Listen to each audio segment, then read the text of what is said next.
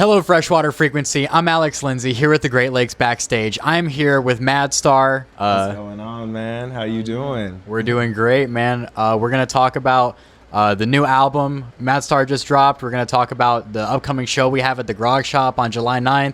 It's going to be great. I just want to start by saying thank you for coming on the show, and we're really happy to see you again. No, thank you, man. I'm honored. I'm honored. I'm happy to be here. I mean, Madstarr 1, you should go watch that video, is amazing, and we're really proud of that one. And earlier today, we were talking just about how excited we were to get back with you and to talk again about music and about, the community and our collective passion.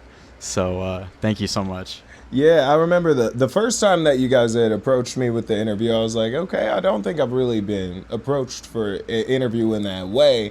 And then when you asked the questions, I was, oh, okay, this is different type of thing. So I'm here for it, man. I'm excited. Yeah. I think the main thing is that we take music seriously. You know, we're really passionate about the Great Lakes music community and like the unique identity we have. You know, so. You as like a underground hip hop artist, taking all the influences you have and putting them out there in a new and exciting way. That's what we're here for, you know, and that's why we get so excited about Madstarr and why we're so excited to have you on the docket. Talking about your new music, what's some stuff that's influenced you lately? What's some stuff that's excited you lately? And what are some features of your new music that you think fans should check out? Oh man, just like music that I've been listening to, things that I've gotten excited about lately. There's been, so like I just got hip to, and I know it's kind of like a meme now because I'm late, but I just got hip to Geese, and that got me so hype listening to some, I don't know, there was something, I like when I hear something that just appeals to my taste in a way that it's like, you may not have knew you liked this sound in this way. And when music can shift your taste just because somebody had an idea you didn't even, it may not be a genre defining an idea, but they just have some ideas that you can pull so much from. It's always something exciting for me. So that's one that I've listened to recently. I said one and I haven't already like picked my next one. Well, we can digest that point too. Yeah. I've also been kind of nostalgic. So when I got into music, like especially like learning my first instrument, I grew up in the Northwest, and I had there's a certain icon status that a guy like Kurt Cobain has when you're over there, you know? So I was very influenced by Nirvana. So like my first song I learned was Come As You Are. It did come as a good recommendation for me, but that came back, you know? I was listening to a lot more Nirvana, a lot more Alice in Chains, especially Dirt. I think certain albums hit differently for me now in a different age. When I was introduced to artists like Nine Inch Nails and to Depeche Mode, I was in my junior year of high school. And so these things kind of hit me in ways of like, I can feel a pain, not that type of pain, but I can relate to this type, to a certain level of pain here. And that was enough for me. And then reframing it now, it's listening to how those artists grew. It's not going back and staying where that artist was at the peak of their misery or where they were hurt. It's going back and listening. It's like, it's not just Pretty Hate Machine or a Downward Spiral, but think of With Teeth. You know, there's a lot that artists can learn through healing. And through this last couple years, I think I've taken some of the biggest hits in my life compared to how much pain I was willing to put into my music before. And I think there was no need in useless pain anymore. But yeah. I honestly think that was really valuable in terms of our insight into the new music. The album has like it has a grunge influence, you know, you can hear that. It's got that rainy day sort of darkness, that edge to it. And you can hear that in like For the Love of Bloodsport, for instance. And I wanted it to I wanted the album to feel the way it felt to make it. You know, I wanted the album to feel, listening to it, the way it felt to make it. Things that didn't feel like the album simply didn't make it. There were plenty that I worked on. It's like I don't even see these same colors, you know. And if it didn't feel right, it couldn't go in there. But a lot of it was. So the camera won't see it, but there's a image on over there, and at the time the album had started, that man had gone into the hospital, and my fiance had drawn his picture up there on the whiteboard. Now, initially, I was a little like, man, he gonna come out the hospital and then I'm gonna have to wipe his face off the whiteboard and replace it with something, you know, but that's not what happened. And it kind of kicked off a lot of things.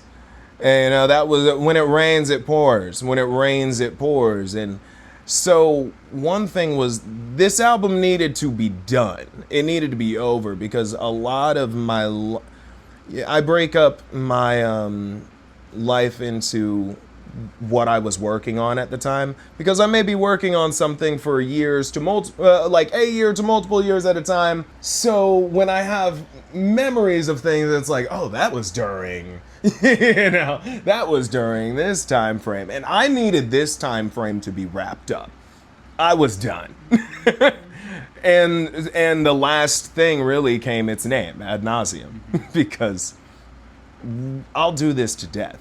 Right. When it comes to this, the thing is, I have stamina for only so many things, but when it comes to creating, I need that to survive.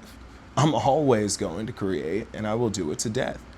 That's all. So finalizing the album was kind of like ending a chapter for you. Yes, absolutely it was. And it was a very rewarding chapter to close, too.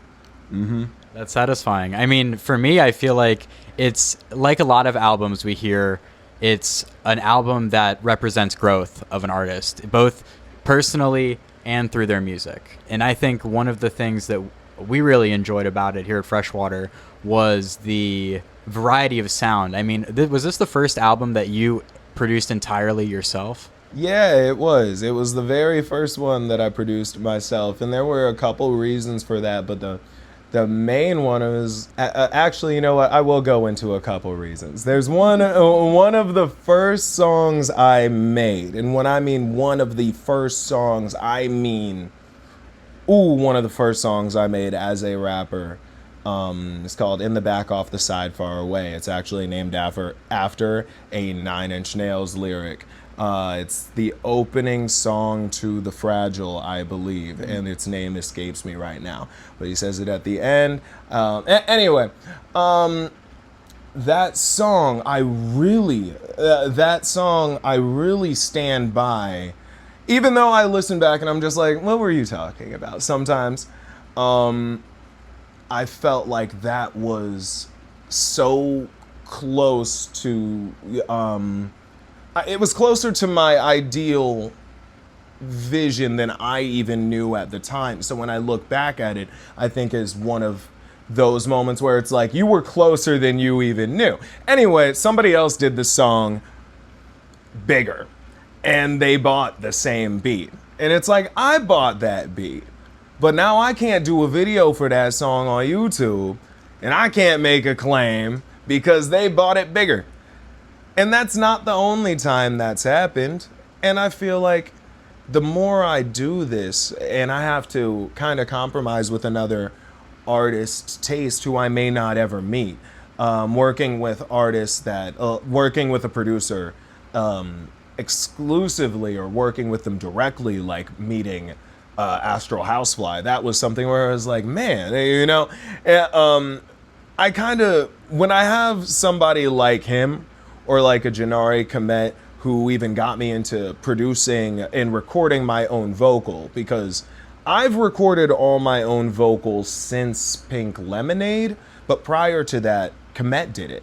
and he taught me how to do it.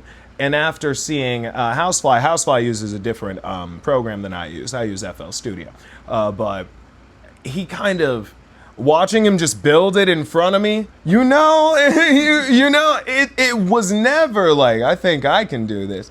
But it was like, I do believe in my taste. I do believe in my taste. I have curated my taste more than I have curated my craft. And if I have to bank on the gamble, I'll take my taste. You know? I think one of the things that like makes Madstarr one of my favorite hip hop artists in the area and in general is that you sound authentically underground in your own way. It's so I mean, to me it's like 2000s doom. It's emboldening. It's very inspiring when you hear that lyricism, and now you're doing beats from the ground up. So Ad Nauseam has a sound where you're listening as a music scholar almost, and you're breaking it down as it's going. Go, well, he did this. This is sick. Or hearing, like as a fan of the community, hearing features from artists that we love, and the whole album comes together to just be like knocking our socks off, and it's really impressive, man. It's really impressive. Your influence is it's not necessarily hard to see. For sure. I am I'm glad with that, and also sometimes I feel like I might bleed out my influences. And at first I was a little bit more sensitive to that, and a little bit more insecure about bleeding out my influences, because you don't want to sound like you're copying an artist.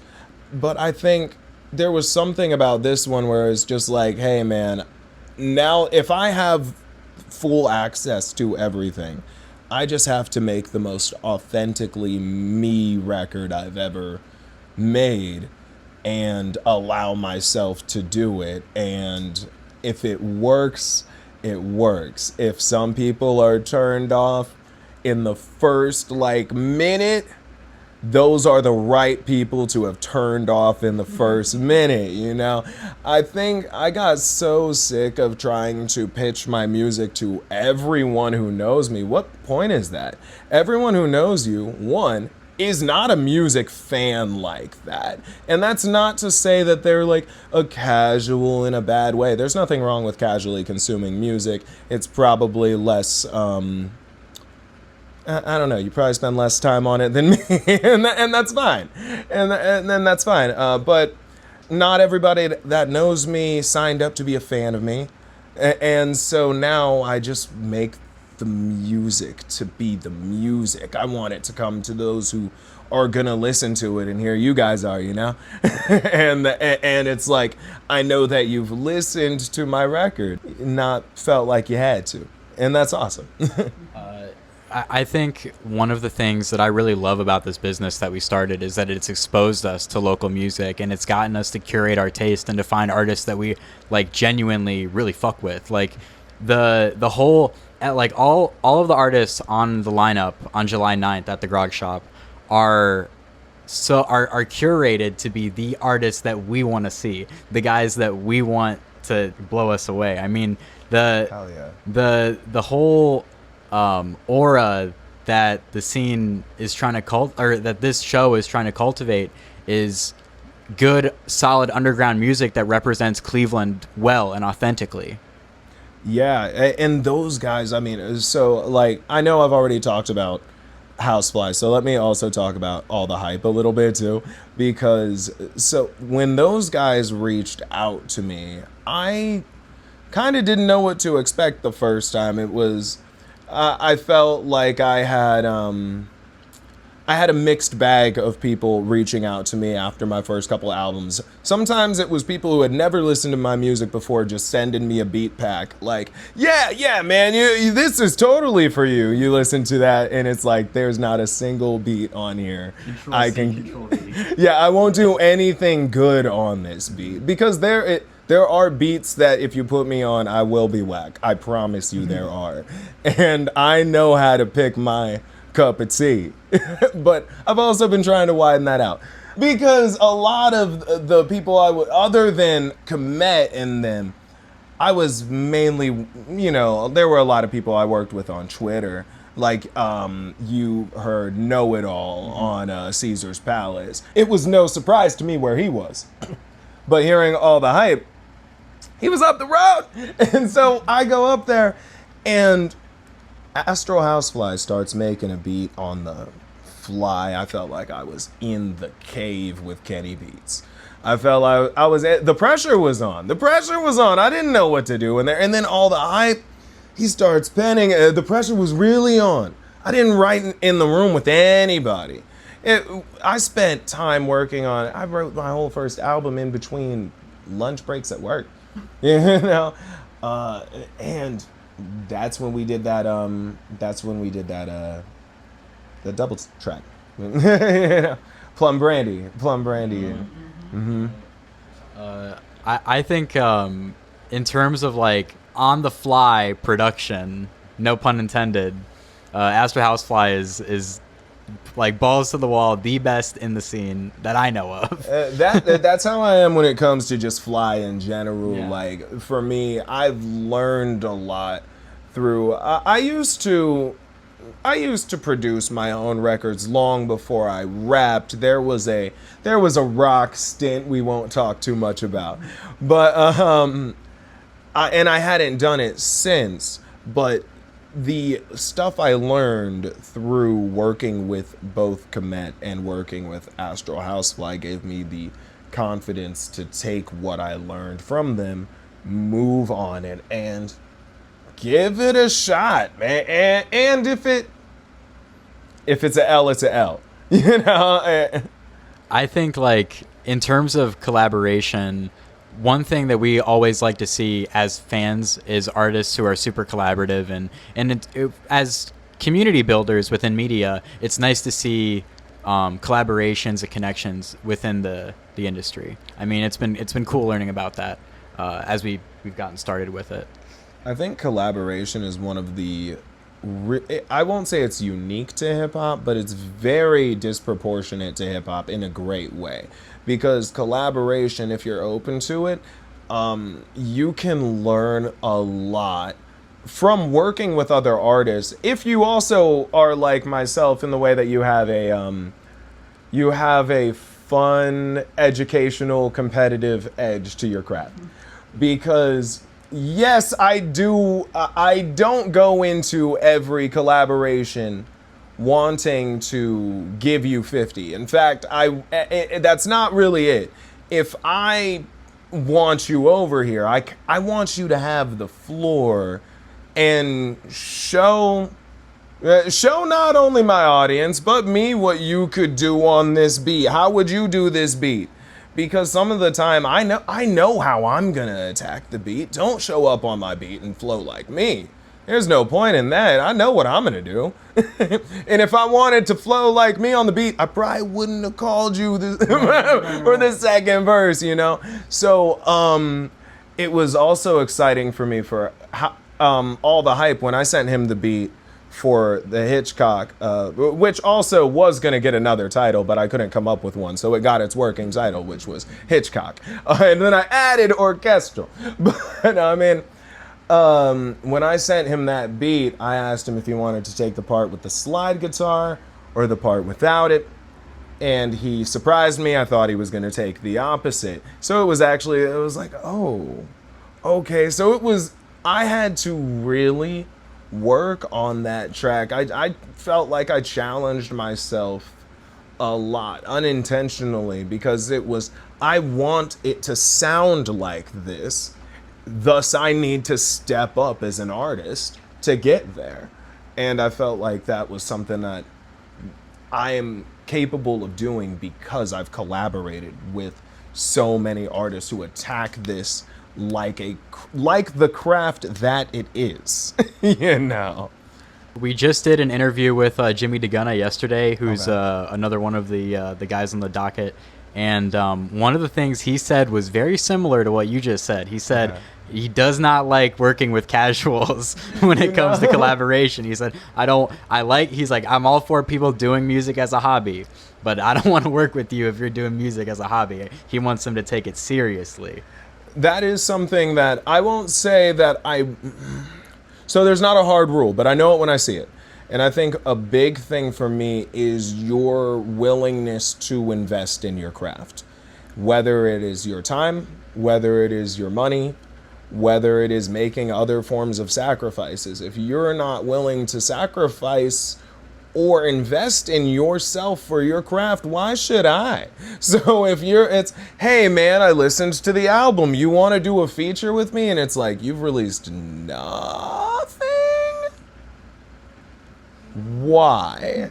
Because it's like, you've released nothing isn't exactly a hard no, but that why is going to determine whether or not it is, you know? If it's, you've stolen all your beats, you don't think one of these is gonna pop enough to where you're gonna have to go legal? You don't think a single one of these songs is hard enough to where you feel like you should protect yourself legally by purchasing the beat? And United Music Group doesn't play. They don't play. You can buy a beat for like $20 on YouTube, bro. It's not like that, you know.